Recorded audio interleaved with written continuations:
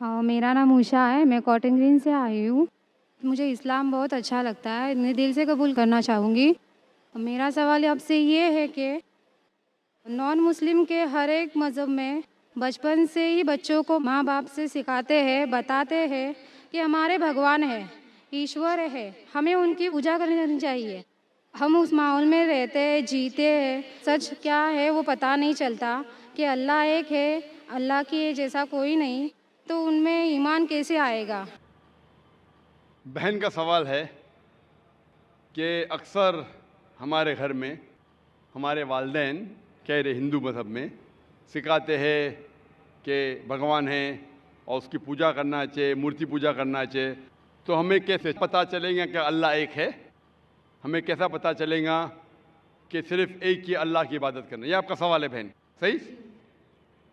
बहन, आप इसका जवाब अगर देखना चाहते तो कितने लोग अल्हम्दुलिल्लाह आज ही माशाल्लाह 2 या 3 लोग ने शहादत दी, वो भी हिंदू धर्म में थे। उनके माँ बाप ने भी उन्हें सिखाया कि मूर्ति पूजा करना चाहिए, लेकिन वो जब सच अपने सामने देखे तो सच को कबूल किया। तो हर इंसान को अल्लाह ताला, जैसे मैंने पहले फरमाया, अल्लाह सुब्हाना व ताला कहते हैं सूरह फुसिलत में सूरा नंबर 41 आयत नंबर 53 में, सनूरीहिम आयातिना फिल आफाकी व फी अनफुसिहिम हत्ता यतबय्यना अन्नहुल हक, के बहुत जल्दी अल्लाह सुब्हाना व ताला हर इंसान को अपनी निशानियां दिखाएंगे दूर तक, ताकि वाज़े हो जाए कि हक क्या है। एक बार हक वाज़े हो गया और अगर इंसान कबूल नहीं करता है तो वो दोषी है। हक वाज़े होने के बाद, जैसे मैंने पहले कहा कि बहुत से गैर मुस्लिम सोचेंगे अगर मैं मुस्लिम बना तो मेरे वालिदैन मुझे घर के बाहर निकाल देंगे, अगर मैं मुस्लिम बना तो मेरे दोस्त मुझे छोड़ देंगे, अगर मैं मुस्लिम बना तो तिजारत में नुकसान होगा। तो ये चीज़ें आपको रोकती है हक कबूल करने से। तो अल्लाह ताला आपका इम्तिहान ले रहे हैं कि हक को आप कबूल करते हैं कि नहीं। तो ये आपके लिए इम्तिहान है। लेकिन मरने के पहले जो भी गलत काम कर रहा है, जो भी ईश्वर के अलावा किसी की इबादत कर रहा है, अल्लाह मरने के पहले उसके दिल में वाज़े कर देते हैं कि खुदा एक है, चाहे डायरेक्ट चाहे इनडायरेक्ट, चाहे कुछ जरिए के थ्रू वाज़े तो कर देते हैं। और आज आप यहाँ मौजूद है इस मजलिस में, और मैं पहले भी साबित कर चुका हूँ कि हिंदू मज़हब की किताबों के ज़रिए कि खुदा एक है और उसकी मूर्ति पूजा नहीं करना चाहिए।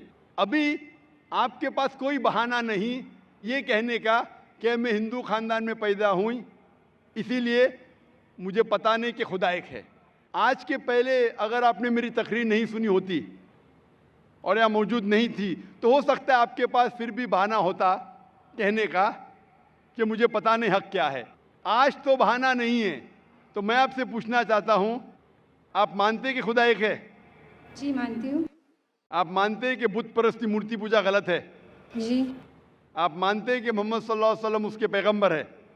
जी। तो अल्हम्दुलिल्लाह ये 2 या 3 चीज़ें काफ़ी है आपको इस्लाम में दाखिल होने के लिए। तो आप मुस्लिम बनना चाहेंगे? हाँ, ज़रूर। आप पे कोई भी ज़बरदस्ती कर रहा है बहन? कोई नहीं, कोई भी दबाव? मैं दिल से कबूल करना चाहती हूँ। माशाल्लाह, दिल और होशो हवास से? जी हाँ। क्योंकि ज़बरदस्ती करना इस देश में हराम है, हमारे मज़हब में भी हराम है। आप दिल से करना चाहती है? जी हाँ। होशो हवास के साथ? जी, कोई भी माली दबाव नहीं? जी नहीं। कोई भी फिजिकल प्रेशर नहीं? नहीं। इंशाअल्लाह मैं कलमा पढ़ाऊंगा और आप उसको दोहरा सकती है। ज़रूर।